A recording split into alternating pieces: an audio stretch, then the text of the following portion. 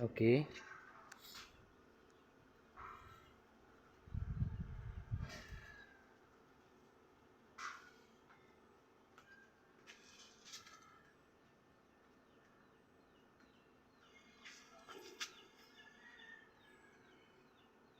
So ito yung backup ng kurente natin, charger ng battery, tsaka ito. Ito din yung window natin, yung na Microtik. Microtik siya window. Ito siya yung dito.